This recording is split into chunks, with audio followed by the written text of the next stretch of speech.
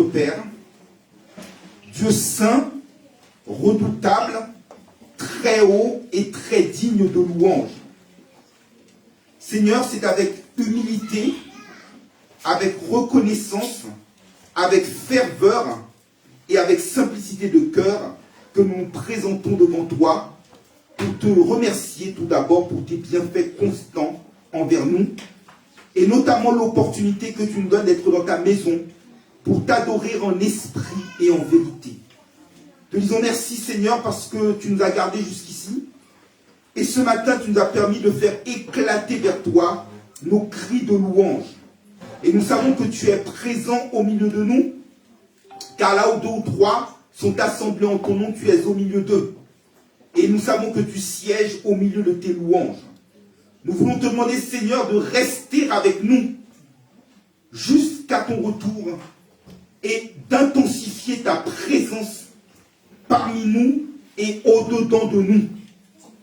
Et particulièrement dans ce moment, nous allons partager ta parole.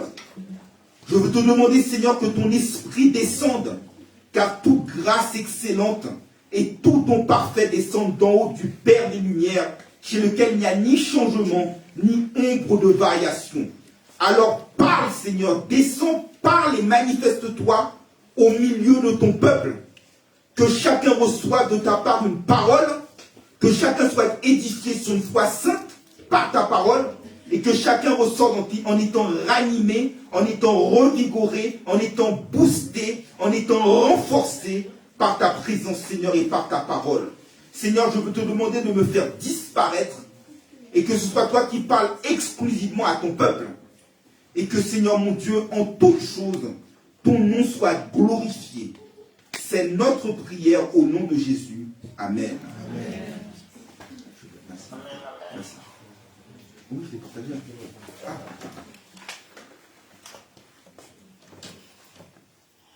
Excusez-moi si vous allez aller direct. Oui.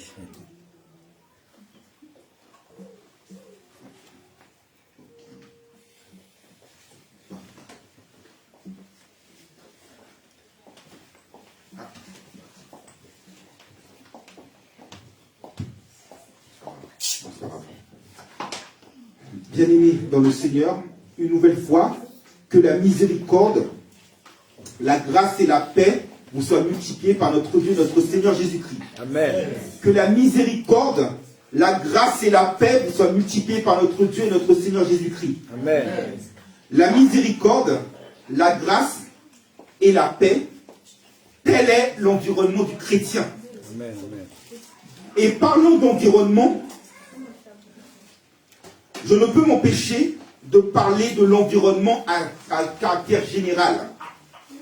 Tout d'abord, nous le voyons au travers des températures explosives que nous avons subies au cours de ces quelques semaines qui ont été étouffantes, qui ont été suffocantes, et on nous annonce même pour les prochains jours le retour de la chaleur. Et on nous dit même que nous allons devoir nous habituer à ce type de climat, parce que du fait du réchauffement climatique, les températures vont de facto augmenter. D'ailleurs, on nous prépare à avoir un autre mode de vie, notamment avec la fin des moteurs thermiques et la fin des diesels. Et je dirais que la dégradation de l'environnement a des conséquences directes sur notre vie. Nous pouvons nous empêcher de penser à nos frères dans le monde, et notamment à ceux de Gironde, qui au travers des divers incendies, certains ont perdu leurs investissements, ont perdu leurs maisons, et ne savent pas de quoi le lendemain va être fait. Nous voyons également ce qui s'est passé en Italie avec la fonte des glaciers alpins. Et on nous dit que cela va être de plus en plus le cas.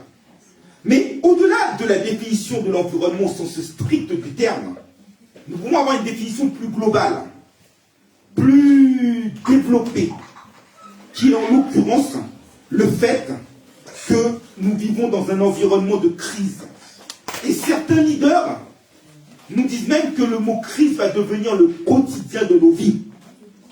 La crise sanitaire, avec notamment la Covid-19 qui revient selon le bon gré du prince. La crise de la variole du singe. La crise écologique dont nous parlions. la crise de l'euro, la crise de l'inflation, la crise de l'Ukraine, la crise énergétique. L'environnement dans lequel nous vivons s'appuie exclusivement sur les crises. Mais je dirais que de la même manière que nous choisissons pour nous-mêmes et pour nos proches, la maison où nous voulons habiter, le quartier dans lequel nous voulons vivre, l'environnement dans lequel nous voulons nous installer, il nous appartient de faire un choix. Et ce matin, nous avons pu le voir au travers d'un chant qui m'a beaucoup touché. Il faut que tout disparaisse jusqu'à ce qu'il n'y ait que toi. Yes, amen. Tel doit être l'environnement de nos vies en tant que chrétiens. Et nous éloigner des pollutions de ce monde, des pollutions du péché. Il y a un peu plus d'un an, il y a un an même jour pour jour, je prêchais ici même sur le fait que le monde entier est sous la puissance du malin. Et la question c'était, le monde entier est sous la puissance du malin, comment nous chrétiens pouvons-nous en sortir? Comment pouvons-nous échapper de cette pollution? Eh bien c'est simple, c'est adopter un mode de vie, un environnement qui veut que tout disparaisse jusqu'à ce qu'il n'y ait que toi. Et c'est de faire un choix. L'Éternel Dieu avait parlé avec son peuple. Et il lui avait dit en Deutéronome 30, verset 19, que je prends le ciel à témoin, que j'ai mis devant toi la bénédiction et la malédiction, la vie et la mort. Choisis la vie afin que tu vives, toi et ta postérité. Eh bien, ce matin, nous devons faire le choix d'un environnement, d'un mode de vie éternel. Et c'est ce que nous allons voir à la lecture d'un seul verset tiré du livre des Psaumes, au chapitre 32, verset 10. Lecture pour laquelle je vous demanderai, s'il vous plaît, de bien pouvoir vous mettre debout à la gloire de Dieu.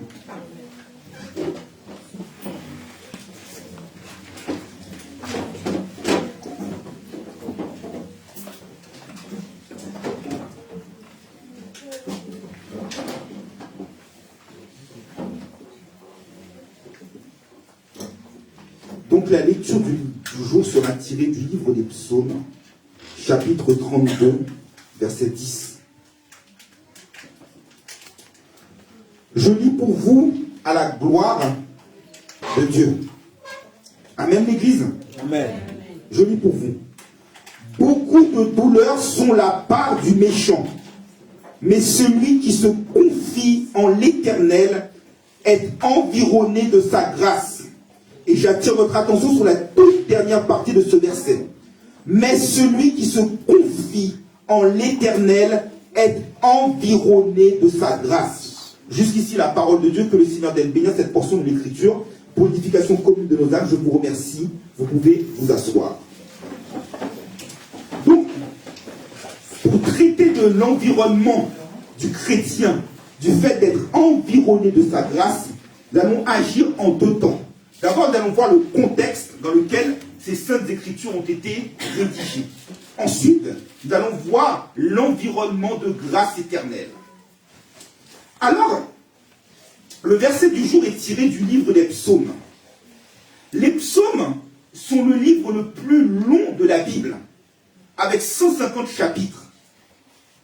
Et je dirais que pour le chrétien qui a besoin de force, qui a besoin de courage, qui a besoin d'énergie, il trouve dans la Bible en général la réponse à tous ses problèmes, mais il trouve également dans les psaumes sa boîte à outils pour pouvoir être en mesure de faire face aux éventuelles fissures de sa vie. Le chrétien trouve dans les psaumes sa pharmacie, car il trouve tous les médicaments aux maladies auxquelles il pourrait être confronté. La pharmacie générale du chrétien se trouve dans les psaumes. Et la pharmacie de garde, qui sont ouvertes notamment le dimanche, se trouve dans le premier épître de Pierre. Mais nous allons rentrer plutôt dans la pharmacie. Le chrétien peut parfois faire face à l'effroi, à l'épouvante, à la crainte. Eh bien, il trouve sa réponse dans le psaume 23 et dans le psaume 91. Le chrétien peut être découragé. Il trouve sa réponse dans le psaume 42. Il peut aussi être confronté éventuellement à la solitude. Il trouve sa réponse dans le psaume 62. Le chrétien aussi peut être, comme c'est le cas, nous allons voir dans quelques minutes, être confronté au péché. Il trouve sa sa réponse dans le psaume 32 et dans le psaume 51. À la vérité, cela nous démontre que l'écriture a autorité sur nos vies. Yes. Et que, comme le disait à juste titre l'apôtre Paul, toute écriture est inspirée de Dieu pour convaincre, pour corriger, pour enseigner, instruire dans la justice, afin que l'homme de Dieu soit accompli et prêt à toute bonne œuvre. C'est ce qu'il nous est dit en 2 Timothée 3, verset 16. Et effectivement, avec les psaumes, nous sommes équipés pour pouvoir faire face à toutes sortes de situations et être propres à toute bonne œuvre. Et l'apôtre Paul ne cesse de nous dire qu'en tant que chrétien, en Colossiens 3, verset 16, il faut que la parole du Christ habite parmi nous dans toute sa richesse et que nous devons nous entretenir par des psaumes, par des cantiques spirituels, par des hymnes sous l'inspiration de la grâce. Les psaumes sont vitaux pour les chrétiens. Les psaumes sont incontournables pour les chrétiens. Et dans la mesure où Dieu est l'architecte compétent, les psaumes ont 5 sections, comme les livres de la loi ont 5 sections, comme le Pentateuque. Notamment, la première section du livre des psaumes se trouve du psaume 1er au psaume 41. Dans le psaume 1er notamment, on a l'impression d'être dans la Genèse, dans l'Éden, où tout est parfait, où les arbres portent leurs fruits en leur saison, où le feuillage ne se flétrit point, où tout n'est que paix, tout n'est que grâce, tout n'est que justice, tout n'est que perfection. Mais dès le psaume 2, nous voyons la rébellion de l'homme vis-à-vis de la loi établie par Dieu. Et dans le psaume 3, Dieu cherche un homme sur lequel il va pouvoir s'appuyer pour racheter l'humanité et, en l'occurrence, opérer son œuvre de rédemption. La seconde section du livre des psaumes se trouve du psaume 42 au psaume 72, c'est l'Exode. Et les combats auxquels, comme le peuple d'Israël, le chrétien est confronté. Et Dieu envoie un message de courage. Comme dans Exode 14, il avait dit, l'Éternel combattra pour vous et vous garderez le silence. Eh bien, nous avons là un puits, un carburant spirituel pour nous approvisionner, notamment avec la réponse du psaume 46, qui est un psaume de crise, où Dieu dit, Dieu est pour nous un secours et un appui, un secours qui ne manque jamais dans la détresse. C'est pourquoi nous sommes sans crainte quand la terre est bouleversée et que les montagnes chancellent au cœur des flots. Et puis, la troisième section, quant à elle, s'étend du psaume 73 au psaume 89, qui correspond au Lévitique, et notamment la pureté de l'être intérieur. Car s'il est vrai que vous, comme moi, nous sommes appelés à vieillir, nos corps physiques sont appelés à se déformer de jour en jour. Nous regardons par exemple nos photos, n'avons plus rien à voir en termes de physionomie avec ce que nous étions il y a une dizaine d'années. Nous évoluons sans cesse. Mais notre être intérieur, comme dit l'apôtre Paul en 2 Corinthiens 4, verset 17, est appelé à se renouveler de jour en jour, car nous portons notre attention non sur les choses visibles, mais sur les choses invisibles, qui sont un poids éternel de gloire. Amen, amen. Et le psaume 75 nous parle de la sévérité du jugement de Dieu envers nous. Et le psaume 84 nous montre que Dieu aussi, en même temps, à l'image un peu du Lévitique 26, en même temps que Dieu agite le bâton, il agite aussi la carotte. Et il nous montre que c'est un Dieu de grâce. Et à l'image des hommes de Corée, nous pouvons dire, comme dans le psaume 84, nous sommes dans la joie, lorsque nous nous dit, allons à la maison de l'Éternel. Et nous pouvons dire, comme dans le psaume 84, verset 12, l'Éternel Dieu est un soleil et un bouclier. Il donne la grâce, l'environnement de la grâce, et la gloire, et ne refuse aucun bien à celui qui marche dans l'intégrité. C'est l'environnement dans lequel nous voulons baigner. Ensuite, des psaumes, en l'occurrence 90 au psaume 106, nous sommes dans les nombres. Les nombres, c'est un livre de combat, avec des belles victoires, mais également d'écrasantes défaites. Et enfin, du psaume, en l'occurrence 107 au psaume 150, c'est le Deutéronome. Dieu renouvelle son alliance, Dieu a des provisions pour nous. Et en l'occurrence, ces ressources se renouvellent envers nous. C'est une nouvelle alliance. Et chacun de ces psaumes, notamment les psaumes 145 à 150, sont des psaumes de louanges qui se terminent tous par louer l'Éternel. Éclater en chant de victoire. victoire puisque vous rentrez dans la terre promise. Ces psaumes ont divers auteurs. En l'occurrence, le psaume du jour est écrit par David. Mais il y a certains autres psaumes qui sont écrits par Salomon, d'autres qui sont écrits par les fils de Corée, comme les psaumes 42, 43, 44 et 45. Et d'autres sont écrits par Moïse dans le psaume 90. Mais dans le psaume du jour, David nous parle de la joie du pardon. Le psaume du jour, en fin de compte, s'appelle en hébreu le psaume Meshila. C'est-à-dire que c'est un psaume d'instruction. Nous devons savoir que nous, en tant que chrétiens, c'est ce que nous dit 1 Corinthiens 13, verset 9, nous ne connaissons qu'en partie. Et que nous avons constamment besoin d'être instruits par Dieu. Nous avons besoin d'avoir en Dieu notre GPS. David, il l'a dans le psaume du jour, dans le psaume 32, verset 8, l'Éternel dit que je t'instruirai, je garderai les yeux sur toi, je te conseillerai, je te montrerai la voie que tu dois suivre. Et David, reconnaissant que Dieu est son GPS, dira dans le psaume 139, verset 23, conduis-moi. Et si tu vois que je suis sur une mauvaise voie, conduis-moi sur la voie de l'éternité. Le GPS nous permet d'arriver à bon port. Le GPS nous permet d'éviter les zones d'encombrement. Eh bien, Dieu veut éviter dans l'environnement dans lequel nous voulons vivre, d'être dans une zone d'encombrement. Il veut que ce soit dans les zones où il y a une faible émission de péché. Et aujourd'hui, vous comme moi, nous avons besoin que Dieu soit notre GPS. Nous avons besoin que Christ soit notre GPS. Jean 1, verset 12 nous dit que Jésus dit que je suis la lumière du monde. Dans les zones de race campagne, dans parfois, vous savez, là où il y a de l'obscurité, une simple petite flamme peut suffire à éclairer une pièce obscure, parce que la lumière chasse les ténèbres. Yes. Et Jean 8, verset 12, voit Jésus nous dire, je suis la lumière du monde, celui qui me suit ne marchera pas dans la nuit, mais il aura la lumière de la vie. Et en Jean 14, verset 6, il nous dit, je suis le chemin, la vérité et la vie, nul ne vient au Père que par moi. Et la question est de savoir ce matin, donc, selon l'environnement dans lequel vous voulez être, qui est votre GPS? Qui vous montre la marche à suivre? Posons-nous les bonnes questions. David est d'abord, pour savoir où l'on veut aller, il faut savoir d'où l'on vient.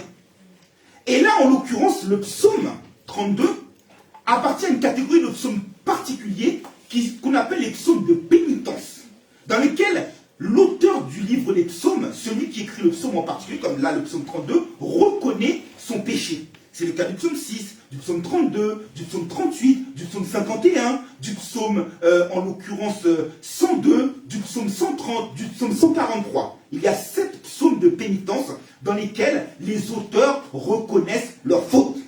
Et là, en l'occurrence, David, ça peut paraître curieux, a écrit ce psaume 32 après le psaume 51. Le psaume 51 qu'il a écrit, comme je vous le disais tout à l'heure, lorsque l'on est confronté au péché, parce qu'il avait en l'occurrence eu une convoitise pour Bathsheba, la femme d'Uri, qui s'est arrangée pour faire tuer Uri, pour aller et connaître Bathsheba et concevoir un enfant avec elle. Et c'est le prophète Nathan qui va venir auprès de David et le confronter à son péché. Tout comme nous sommes appelés dans l'Église à nous exhorter les uns les autres. Et si un frère est pris en faute, comme le dit Galates 6, verset 1, nous qui sommes spirituels, nous devons le redresser avec un esprit de douceur. Amen. Et au départ, dans son orgueil, David va refuser de prendre conscience de son péché. Il va faire la forte tête. Et donc l'environnement dans lequel il va vivre va être un environnement, dans les versets qui précèdent celui du jour, où il va sentir la main de l'Éternel s'apesantir sur lui briser les os. Mais ensuite, il va confesser son péché, faire pénitence, faire amende honorable, faire son mea culpa. Et à partir de là, il va connaître la joie du pardon de Dieu. Et connaissant la joie du pardon de Dieu, David va appeler les autres à faire comme lui, à confesser leurs péchés, afin de recevoir la grâce. C'est un peu comme lorsque une personne est prise en flagrant délit, c'est le cas de le dire, et qu'elle commet une infraction pénale. Et bien cette personne qui fait la forte tête, qui refuse de reconnaître les fautes qu'elle a commises, ce qui est le cas par exemple de Salah Abdeslam, pour le citer, eh bien elle va s'exposer à une peine terrible. Et que celui qui reconnaît sa culpabilité, qui coopère, qui avoue ses fautes, a une sanction plus légère. il en est de même avec la loi de Dieu. Et je vous dirais que cette confrontation avec le péché a un schéma qui est développé dans ce psaume 32. Parce qu'en effet, des versets 1 à 2, dans le psaume 32, le Saint-Esprit parle avec David. Ensuite, des versets 3 au verset 7, David parle et reconnaît son péché. Il le confesse. Parce que le Saint-Esprit, comme il est dit en Jean chapitre 16, verset 8, convainc de péché. Et même pour aller plus loin, la parole de l'Éternel est, comme nous dit Hébreux 4, versets 11 et 12, une épée à deux tranchants. Elle est capable de séparer les moines, de séparer ce qu'il y a de mauvais en nous. Et donc David va confesser son péché. Ensuite, le Messie va faire son intervention des versets 8 au verset 9.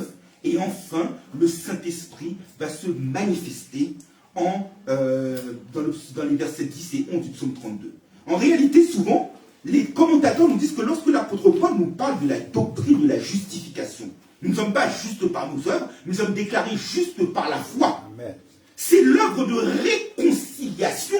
Car le psaume 32, verset 1er, le premier verset du psaume du jour, dit clairement, heureux l'homme dont l'iniquité est pardonnée, dont la transgression est effacée. La justification fait exactement la même chose. Dans la mesure où nous avons la foi en Jésus-Christ, nous sommes, comme disait Romains 5, verset 1er, étant donc justifiés par la foi, nous avons la paix avec Dieu par Jésus-Christ notre Seigneur. Et donc, ayant la paix, nous avons un sentiment d'harmonie et de bien-être qui est indépendant des circonstances extérieures. Et donc, nous avons la joie. Et la joie, là encore, c'est un sentiment que tout va bien parce que tout est parfait, tout est en harmonie entre Dieu et nous-mêmes. Et David va confesser cela. Et d'ailleurs, dans le psaume 51, verset 13, il dira à Dieu, ne me retire pas ton Esprit Saint, ne me rejette pas loin de ta face.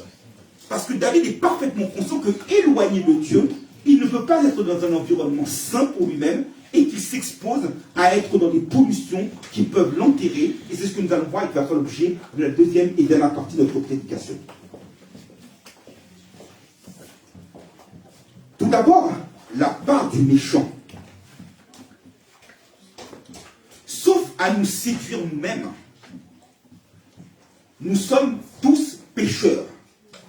Et 1 Jean 1, verset 7 à 9, nous dit que si nous disons que nous n'avons point de péché en nous, nous le faisons menteur. Amen. Vous comme moi, nous sommes pécheurs d'une manière ou d'une autre, par action, par omission, par parole, par pensée, par le fait que nous sommes dans des endroits où nous ne devrions pas être, Amen. Par négligence. Et nous le faisons consciemment. Car le péché, c'est l'acte délibéré de manquer à la loi de Dieu, de manquer à la volonté de Dieu. Romains 3, verset 23 est clair. Tous sont péchés, sont privés de la gloire de Dieu. Et Jacques 3, verset 2 nous dit que si nous sommes capables de tenir notre langue en bride, et nous dit que nous bronchons par toute façon, par toute manière, et que si nous sommes capables de tenir notre langue en bride, c'est que donc nous sommes parfaits. Mais là, en l'occurrence, nous pouvons confesser que nous sommes pécheurs. Mais la réalité, ce n'est pas le péché est grave en lui-même. Mais c'est de savoir comment réagir par rapport au péché. Car la réaction que nous avons par rapport au péché détermine notre niveau de piété, détermine notre niveau de spiritualité, détermine notre niveau de consécration, détermine l'environnement dans lequel nous voulons vivre. Le refus de faire le ménage dans notre vie, ou du moins le refus de laisser Dieu faire le ménage dans notre vie, témoigne de notre degré d'attachement à la pureté et à la propreté. Car le péché, c'est la saleté. Et un théologien et philosophe du IVe siècle après Jésus-Christ, nommé Auguste d'Hippone, a dit « L'erreur est humaine, mais persister dans l'erreur est diabolique. Oui, nous péchons à cause d'Adam, mais vouloir persévérer dans l'erreur, vouloir nous continuer à nous vautrer dans la boue du péché, c'est cela qui est diabolique et c'est cela qui est méchant. Parce que la méchanceté, c'est le fait de faire délibérément le mal. La négligence, piéton, je ne fais pas attention, je le renverse. Mais la méchanceté, c'est que je vois le piéton et que délibérément, je fonce sur lui. Et là, ça demande aussi la coopération. Le président de la République française, M. Emmanuel Macron, il y a quelques années, parlait de Gaulois réfractaires. Mais parfois, dans l'Église, il y a des membres réfractaires qui refusent envers et contre tous de se corriger ou de se laisser corriger, qui refusent envers et contre tous de se repentir. L'apôtre Paul dit même en 2 Timothée chapitre 3, connaissons toujours mais ne parvenons jamais à l'apprentissage de la vérité. Ce sont des hommes qui ont l'apparence de la piété, mais qui, en l'occurrence, renient ceux qui ont fait la force. Ce sont des hommes et des femmes qui ont des vêtements de brebis, mais qui au-dedans sont des loups ravisseurs. Et là, en l'occurrence, il nous est dit dans les versets qui précèdent celui du jour que nous ne devons pas être comme les mulets et les ânes qui ont l'intelligence obscurcie, qui sont insensés. Et l'apôtre Paul nous parle de 3 types d'hommes dans l'Église.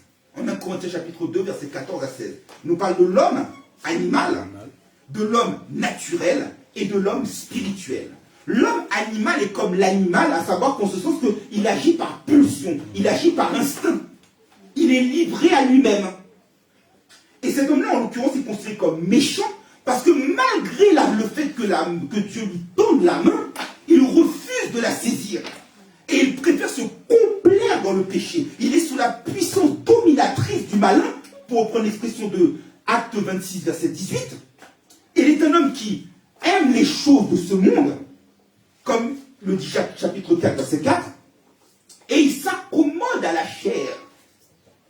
Romains 8, verset 9. C'est en fait un homme qui, quoi qu'il advienne, a le cou raide. Ce sont des hommes dont l'intelligence est obscurcie, nous dit Éphésiens 4, verset 18 à 19, qui refusent de se laisser renouveler.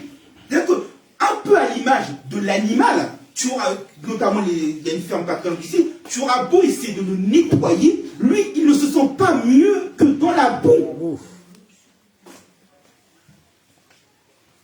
C'est la brutalité, c'est la violence.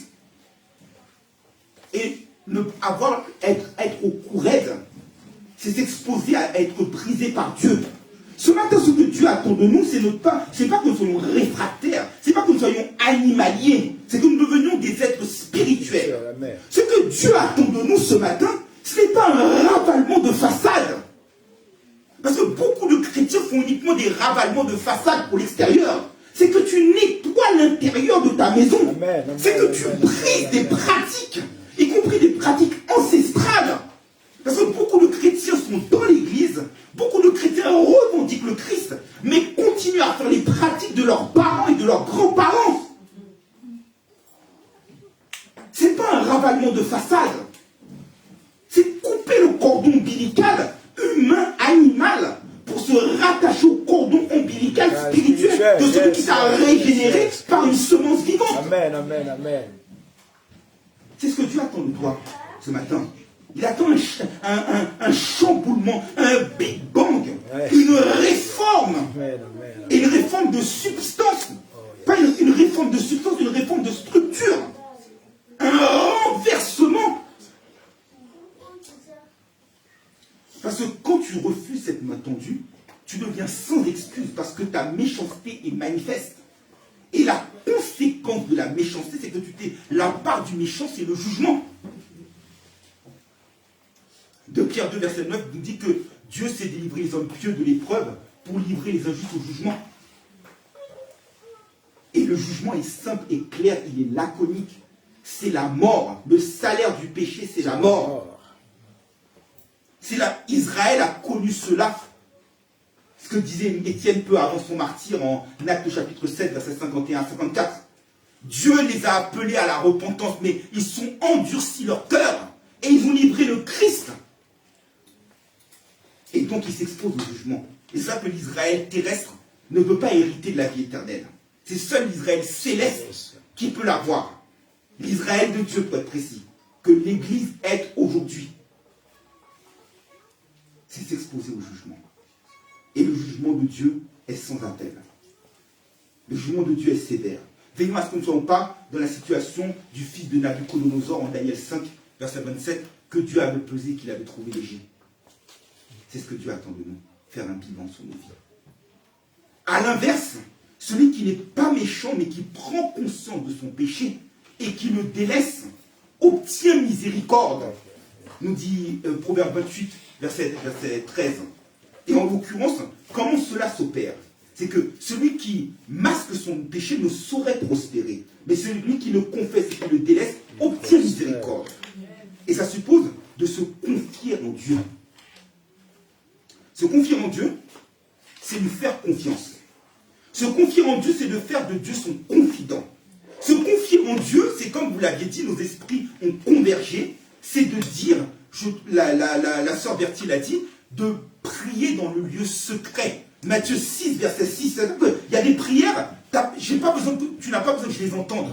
Il y a des prières que ton mari peut ne pas te comprendre, ta femme peut ne pas te comprendre, tes enfants ne peuvent ne pas te comprendre, mais Dieu seul peut te comprendre et tu as besoin d'être dans le secret pour lui parler et tout lui abandonner. C'est lui faire totalement confiance. En fait, quand je vais vous donner un exemple. Par exemple, vous avez votre voiture. Votre voiture, à intervalles réguliers, vous l'amenez chez votre garagiste pour qu'il puisse faire un entretien, une révision, changer le filtre à huile, changer le filtre à pollen, le liquide de refroidissement, vérifier que la boîte de vitesse fonctionne bien et la pression des pneus. Je ne sais pas pour vous, mais moi quand j'arrive, je dépose, c'est pas pour parler de moi, non sans faux, mais juste pour donner un exemple. Lorsque je dépose ma voiture au garage, lorsqu'il y a un entretien à faire, le matin je la dépose, mais je ne me pose pas la question, est-ce que le garagiste va me l'abîmer ou quoi que ce soit? Pour moi, dans ma tête, si j'ai affaire à un spécialiste, je sais que ce soir, quand je vais arriver, je vais prendre ma voiture, je vais rouler avec comme au premier jour. Mais pourquoi? Et c'est la question que je me suis posée moi-même en préparant ce message. Quand je vais confier ma voiture au garagiste, je ne me pose pas de questions sur ce qu'il va faire de ma voiture. Et quand j'ai un problème, je me demande comment Dieu va le réparer. Et pourtant, le garagiste n'est qu'un homme qui ne va pas plus loin que le bout de son nez. Apprenons à faire confiance à Dieu, à lui laisser la situation, à comprendre, comme il dit en 2 Chroniques 20, verset 15, que ce combat n'est pas mon combat, mais c'est le combat de Dieu. Lui-même te dit, il n'y a rien d'étonnant de sa part. Job a confessé lui-même que rien ne peut s'opposer à ses pensées. C'est lui faire confiance. C'est lui laisser la situation. Comme nous le faisons pour un garagiste. Tu peux avoir peur de la noue. Parfois tu dis que la noue va bien prendre soin de ton enfant, ça c'est légitime. Mais pourquoi, quand il y a la situation du garagiste, je fais confiance? Et sachant qu'en plus, à la différence du garagiste, Dieu est un réparateur par excellence. Et il n'offre pas une garantie pour que tu reviennes dans un an. C'est éternel. Mais comment se confier en Dieu? Tout d'abord, c'est se confier en Dieu de tout notre cœur. C'est la confiance que nous accordons à Dieu. En fait, il n'y a pas de demi-confiance. C'est soit on a confiance, soit on n'a pas confiance. La confiance ne peut pas faire appel à la réserve. La confiance suppose un laisser-aller total, exclusif. C'est ne pas se reposer sur son intelligence. Le reconnaître dans toutes tes voies, comme le GPS. Si le GPS me dit de venir ici, il connaît la route avant moi. Il a déjà vu avant moi. Je le suis. C'est pareil avec Dieu. Et lui, il va planir mes sentiers, sauf que là où il y a bouchon, lui, il va faire passer par une route dérivée pour arriver plutôt à bon escient. Et utiliser le moins de kilomètres possible. Et là, il va aplanir tes sentiers. Se confier en lui, c'est être comme l'homme du psaume 1er. Ou comme Josué, en Josué chapitre 1er. Il médite le livre de la loi jour et nuit. Et à force de le lire, tu le connais par cœur. Et donc, dans la mesure où tu le connais par cœur, tu es dans un environnement de complicité avec Dieu. Donc tu commences à avoir, comme deux joueurs de football qui au départ ne se connaissent pas. Ils ont un talent, ils ont un potentiel l'un avec l'autre. Mais à force de s'entraîner ensemble, à force de savoir... Hier, regardez l'équipe de France, la capitaine Wendy Renard, elle a dit son changement de charnière centrale, boum, dès qu'elle est avec Getry Gembok, elles ont l'habitude de jouer ensemble à Lyon. Donc elles se connaissent. Donc l'une connaît le positionnement positionnement de l'autre, l'une connaît la place de l'autre, l'autre connaît la place de l'une. Et quand tu fais confiance à Dieu, tu connais ta place. Et tu connais la place de Dieu. Parce que Dieu veut faire la bénédiction, mais tu es également l'artisan de ta bénédiction. Et on l'avait vu même ici, même il y a un peu plus d'un an, lorsque ton positionnement n'est pas bon, tu bloques la bénédiction. Oui. Tu dois bien te positionner. Se confier en Dieu aussi, c'est s'approcher de lui. Tout aujourd'hui est fait à distance.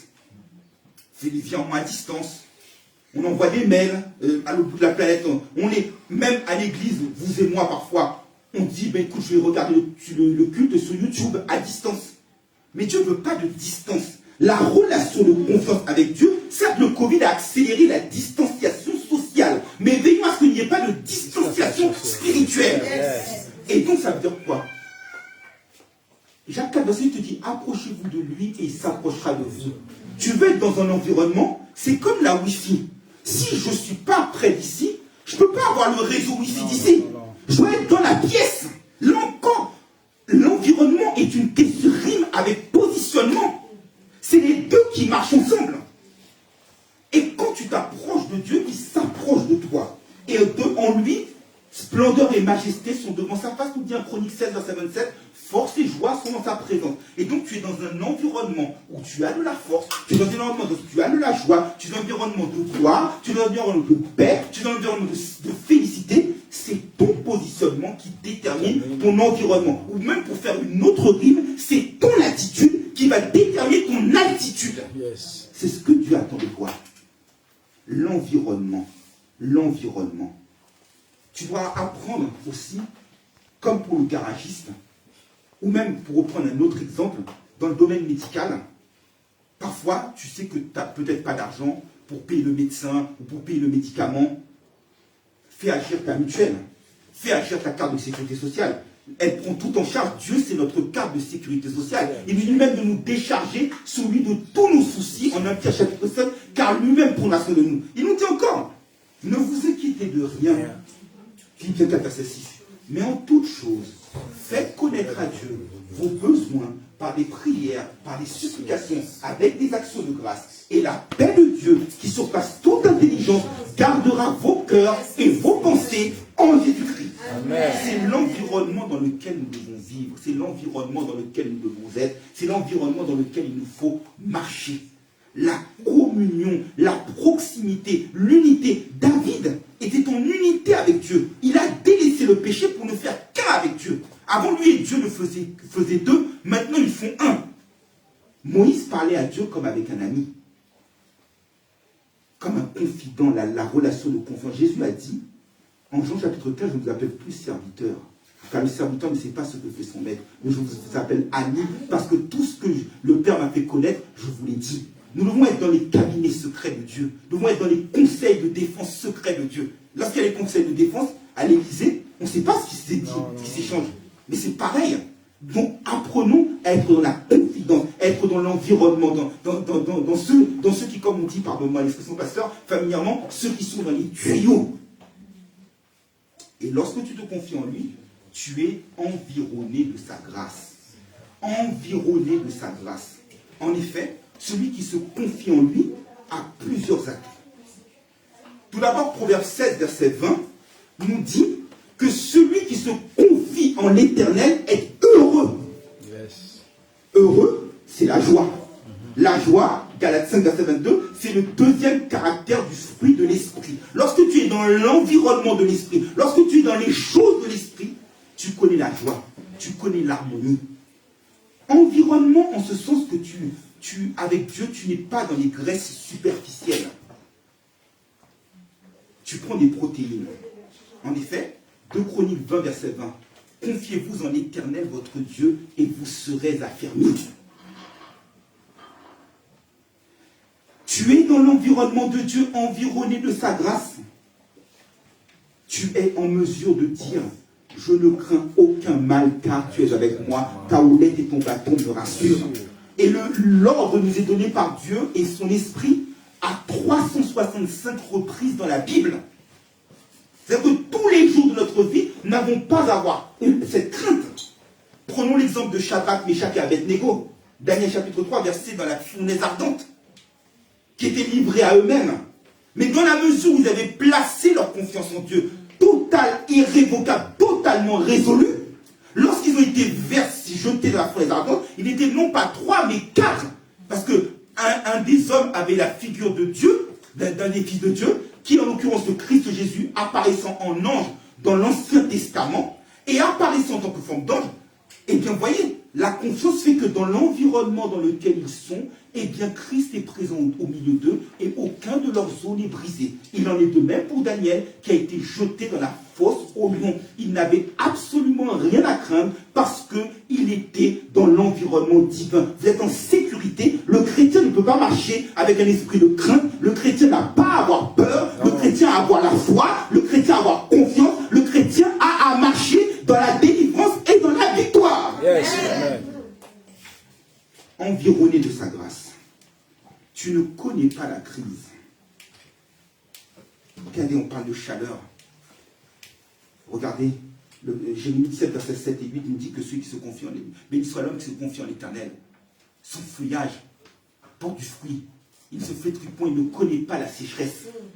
On parle de crise à venir de toutes sortes, de toute nature. Non. David l'a dit lui-même en Psaume 34, verset 11. Le lionceau éprouve la famine, la disette, mais ceux qui se confient en l'Éternel ne sont privés d'aucun bien. Vos frigos, vos greniers sont toujours remplis. Oui. Yes. Pas de crise de blé, pas de crise du cacao. Vos frigos seront remplis. David l'a dit, j'ai été jeune, j'ai vieilli, j'ai jamais vu le juste abandonné, ni sa postérité mendier son pain. C'est là l'environnement de la grâce. C'est l'environnement dans lequel Dieu veut que nous vivions. En réalité, nos vies, c'est un peu comme, nos bénédictions plutôt, c'est un peu comme une abeille. Les abeilles qui en quelque sorte mettent un essaim pour que personne ne vienne prendre à l'intérieur le miel qui nous est réservé. C'est ça que Dieu fait pour nous. Il met des barrières pour que ce qu'il a réservé pour nous, le pays dans lequel coule le lait et le miel, le bonheur et la grâce, nous accompagnent tous les jours de notre vie. Il a mis en l'occurrence des barrières pour que nous ne puissions jamais manquer de rien. En Dieu, il n'y a pas de découvert. En Dieu, il n'y a pas de déficit. En Dieu, il n'y a pas d'abaissement. Parce que Dieu te dit que tu seras la tête et non la queue, toujours en haut, jamais en bas. Mais c'est de vivre une vie de puissance. C'est puissance qui parle avec puissance. Donc, en l'occurrence, tu dois être dans cet environnement-là, sachant que le royaume de Dieu ne consiste pas en parole, mais en puissance. Ainsi donc, pour terminer, mes frères et sœurs en Christ, ce matin, Dieu nous appelle à rentrer dans son environnement de grâce, à rentrer dans son royaume de justice, de paix, de joie, par le Saint-Esprit, et à nous abandonner totalement à lui, sans la moindre réserve, à lui faire confiance, parce que si Dieu a toujours des provisions en réserve pour nous, Dieu pourvoit toujours à nos besoins selon sa richesse avec gloire. Dieu veut nous emmener dans les verts pâturages, dans les eaux paisibles. Et ce qu'il attend de nous, c'est que nous puissions prendre en considération sa parole et faire en sorte d'être placés dans son environnement, dans son Éden, là où tout n'est que grâce, tout n'est que perfection. Et à prendre en compte l'avertissement que nous a adressé l'apôtre Paul en Romains 2, versets 9 et 10. Il nous a dit « Tribulation et angoisse pour toute âme d'homme qui pratique le mal, pour le juif premièrement, puis pour le grec. Et gloire, honneur et paix pour quiconque pratique le bien, pour le juif premièrement, puis pour le grec, car Dieu ne fait exception de personne. Amen. Amen. Merci, serviteur de Dieu. Je ne fais exception de personne. Wow, merci pour la prédication du jour. Merci pour notre serviteur. On prie pour les serviteurs de Dieu qui prêchent la parole de Dieu. Et ce matin, pour la semaine, on va retenir, disons, des choses. Positionnement, environnement, positionnement et confiance. Alors ce matin, est-ce qu'il y a quelqu'un qui, ce matin, était dans une mauvaise position ce matin, mais qui aimerait tout simplement dire, Seigneur, au-delà si je suis sur la mauvaise voie, et conduis-moi sur la voie de l'éternité. sur Facebook ou ailleurs, ou ce matin là, sur Zoom. Alors, nous pouvons prier avec toi et pour toi ce matin.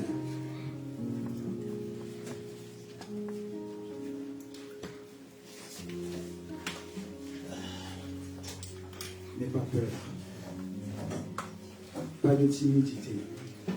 Parce que le Seigneur veut te rencontrer ce matin. Si tu es dans le périmètre divin, si tu es en Christ ce matin, tu es en sécurité. La sécurité est en Christ ce matin, mes frères et sœurs. La sécurité est en Jésus ce matin. Avec Jésus, nous sommes en sécurité ce matin. Est-ce qu'il y a quelqu'un qui aimerait bien se positionner en Christ ce matin pour avoir du repos? Mais ce matin, notre serviteur, guidé par le Saint-Esprit, nous dit ce matin qu'il faut tout simplement faire confiance à Dieu. Et il prendra soin de nous ce matin. Que le Seigneur nous aide à comprendre cela. Que le Seigneur nous aide à apprendre à mettre la confiance, toute confiance en lui. Parce que ce matin, il donne de la force à celui qui est fatigué. Fatigué, fatigué, fatigué. Les mauvaises nouvelles, la maladie, la peur, l'angoisse, fatigué, fatigué. Alors le Seigneur donne de la force à celui qui est fatigué, à celle qui est fatiguée. Les adolescents se fatiguent. Oh, je suis fatigué. Pourtant, tu es jeune, mon frère, ma soeur. Mais la parole de Dieu nous dit, ceux qui se confient en l'éternel prennent leur envol comme l'air. Alors ce matin, je te présente Jésus. Veux-tu accepter ce Jésus ce matin comme ton sauveur?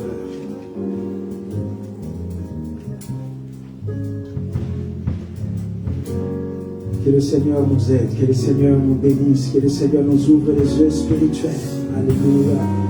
Parce que les choses de Dieu sont invisibles et éternelles. Les choses visibles sont passagères, mais les choses invisibles sont éternelles ce matin.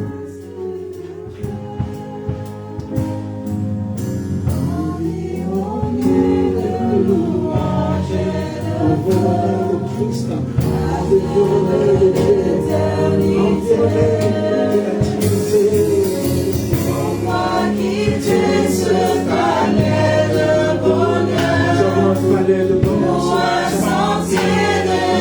soyons des personnes intelligentes ce matin. Alléluia.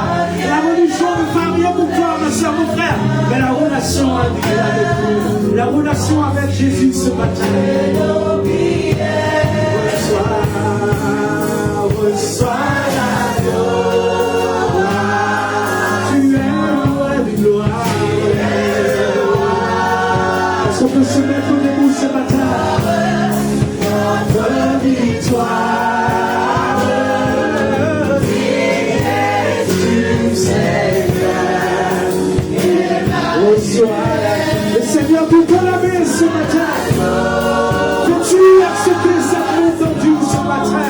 Est-ce que tu aimerais tout simplement qu'il accepte ce matin?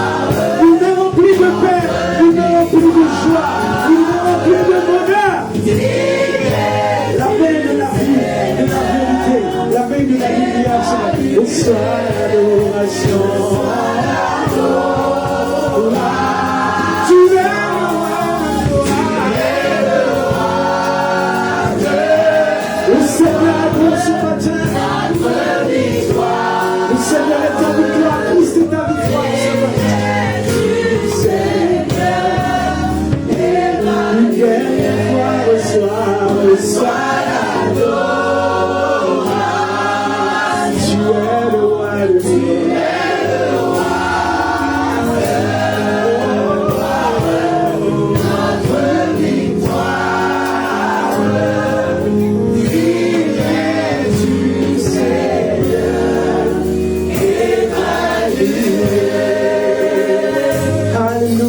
merci Seigneur, merci pour ce moment.